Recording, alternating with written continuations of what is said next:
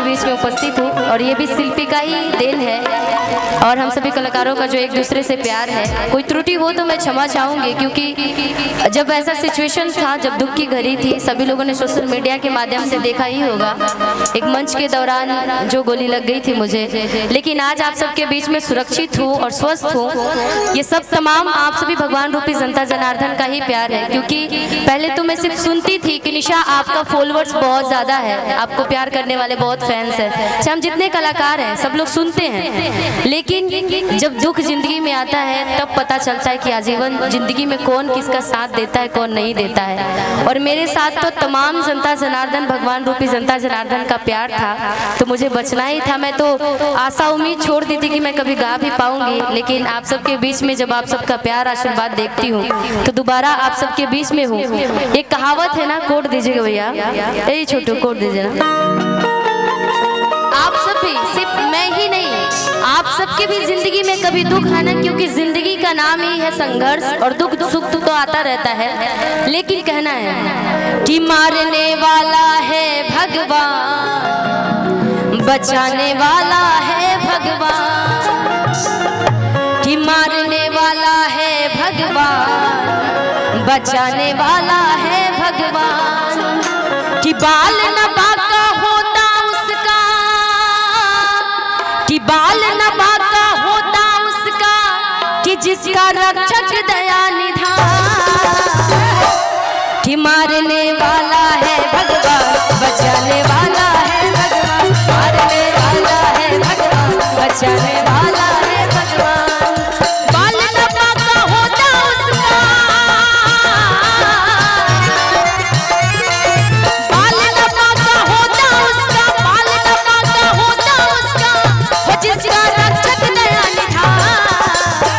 हमारे लिए इस धरती पे, हम सभी कलाकारों के लिए इस धरती पे भगवान कोई है तो आप सब है, हमारे श्रोता भगवान है,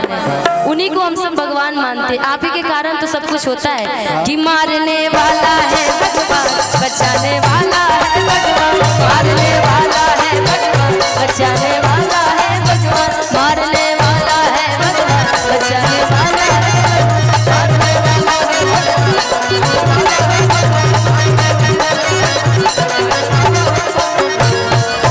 ये तो बस ऐसी थी कि कभी भी मैंने जितना दुख झेला है, मैंने जितना निराश थी, सभी ने जिंदगी में पहली बार मुझे रोते हुए देखा था, लेकिन क्षमा चाहूंगी उसके लिए भी। बहुत सारे फैंस मेरे से नाराज भी हो गए थे। लेकिन कभी किसी की जिंदगी में दुख है तो कभी रोइए मत आप लोग, और भरोसा अपने माँ बाप पे, अपने भगवान पे और अपने फैंस पे रखिए। आइए, जैसे कि लोकगीत के दौर में है, मंच पे मंचासीन हमारी पूरी म्यूजिशियन टीम, पूरे कलाकार, नाम लेते लेते तो थक जाऊंगी। सभी कलाकारों को, जितने भी हमारे प्रेमी कलाकार हैं मंच पे मंचासी, सबको निशा की तरफ से प्रणाम है। बहुत सारे, तुम खुश रहिए बोल देख रहे हैं ना विशाल जी, ये करिए, खुश रहिए। सभी को मंच से एक ही साथ में प्रणाम कर लेती हूँ, क्योंकि टाइम काफ़ी कम है और ज़्यादा देर में मंच पे खड़ी भी नहीं रह पाऊंगी, क्योंकि अभी डॉक्टर रेस्ट करने के लिए बोला है। लेकिन एक गीत आप सबके बीच में जो मैं हमेशा गाती हूँ, शिल्पी जी का गाना, कि झुमका गाढ़ा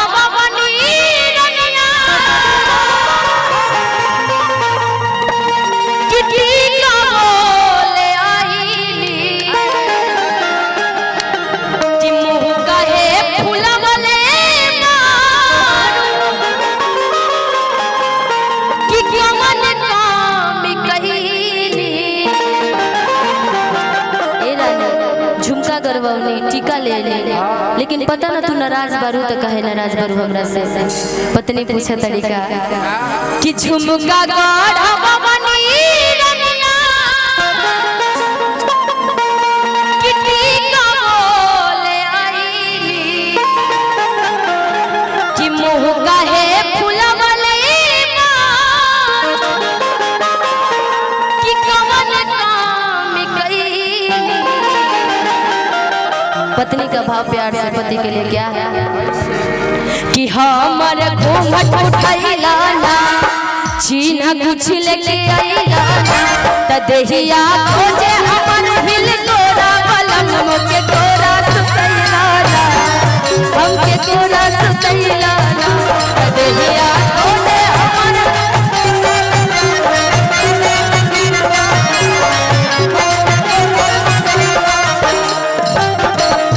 झुमका गाढ़ा मनी रनिया टीका बोले आईली झुमका गाढ़ा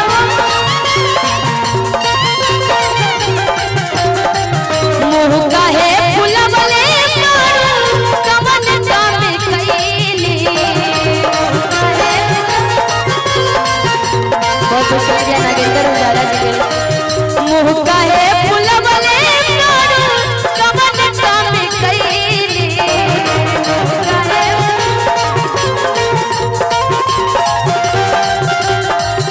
मान लीजिए कि हमारे दोस्त हमारे बहुत ही अच्छे मित्र हमारे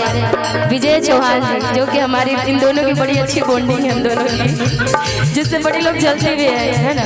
जलता जलती दोनों है। लेकिन आज आप सबके बीच में जितना तारीफ किया जाए शिल्पी जी का आपका अभय जी का बहुत कम है सच में। ये आशीर्वाद प्यार आप सभी कलाकारों पे हमेशा बनाए रखिए और भोजपुरी को आगे बढ़ाते रहिए। जोरे वाला के जोरे दिया करे वाला के करे दिया का हमनी के मित्रता आजीवन रहेगा। हमर घूमट उठैला अब तो ये हीरो भी बन गए। अच्छा इधर आना छुट्टी इनको मूवी में किन किन ने देखा है देखे है ना लग रहे ना हीरो की तरह। इनको मैं शुरू से नाम धर के नहीं बुलाती विजय जी या चौहान जी नहीं बुलाती मैं इनको हीरो बुलाती हूँ ना जी सच्ची बताइए एकदम। और देखिए ये जो हम हीरोइन बोलावे नहीं लेकिन हीरोइन इनकी कोई और है ना चेंज हो जाती है फिल्मों में।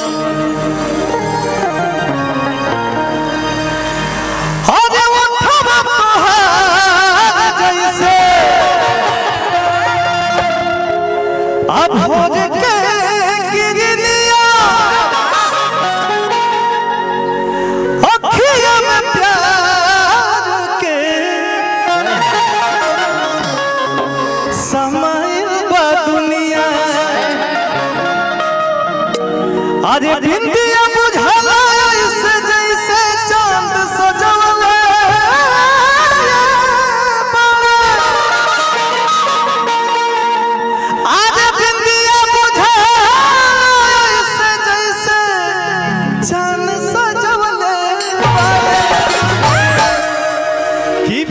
भगवान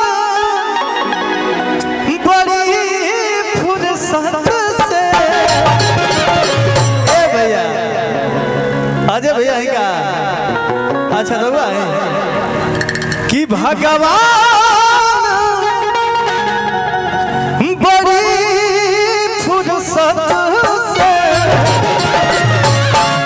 बजावे के नहीं थे कि तुहरा के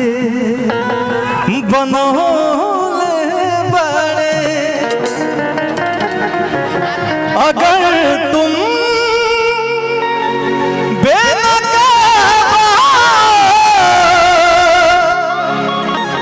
कयामत की घड़ी होगी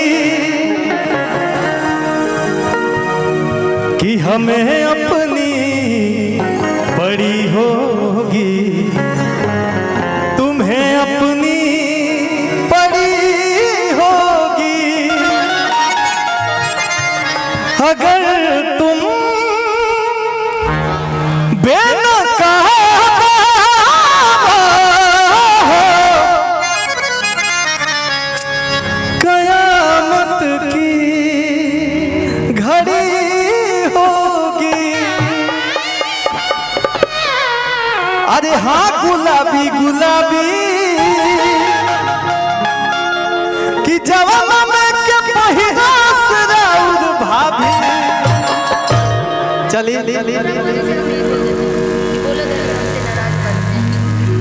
अरे बोला भाभी हमसे ना राजबाड़ू का हो खाना पीना खाइले ना राजेश भैया आज बारू का हो ए भैया कि बोला भाभी हमसे ना राजबाड़ू का हो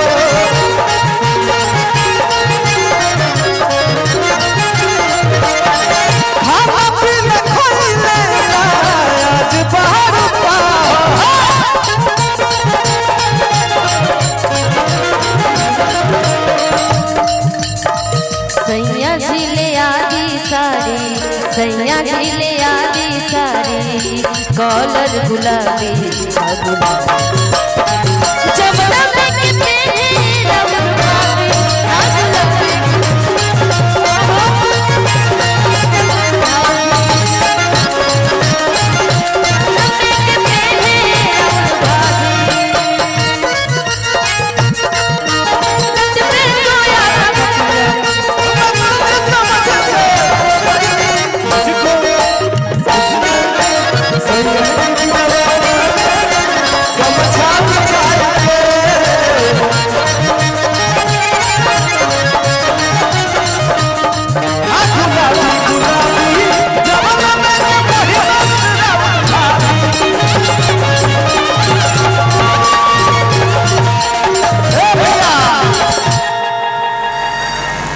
एगो और मुखड़ा गा दे तनी ओकरा बाद लगवा एगो गाना गा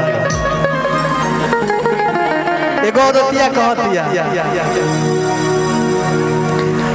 राजा हो लाली मंगनी लाली ले आइलो बाली मंगनी बाली ले आइलो जवन मंगनी तवन ले आइलो का हो का नाम बता साधना सिंह एगो श्रद्धा बाऊ हमर पूरा देता वो कहती औरतिया आई है औरतिया आज राजा काला साड़ी लईहा की कमर में छिप जाए राजा काला साड़ी लईहा हर की नहीं हर में पहिने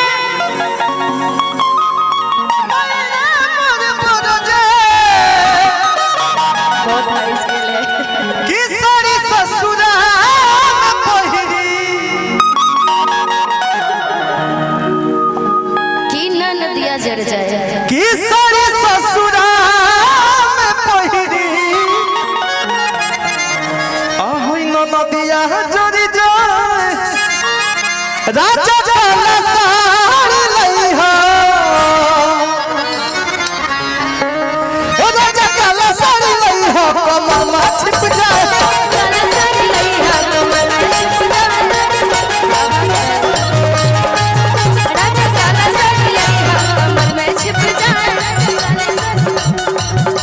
अरे तनई हर बहिनी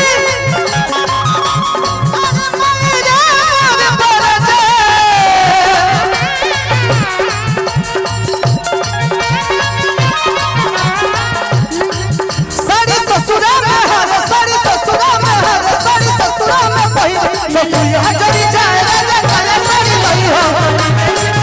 राजा काला साड़ी लई हो मैं छिप जाए मोर में छिप जाए राजा काला साड़ी बोलो मोर में छिप जाए राजा काला साड़ी लई हो। ए मंच पे मंचासीन जितना भी कलाकार लोग बा हमार आगंतुक सज्जन बा हमार छोट बड़ भाई बा सभे गावे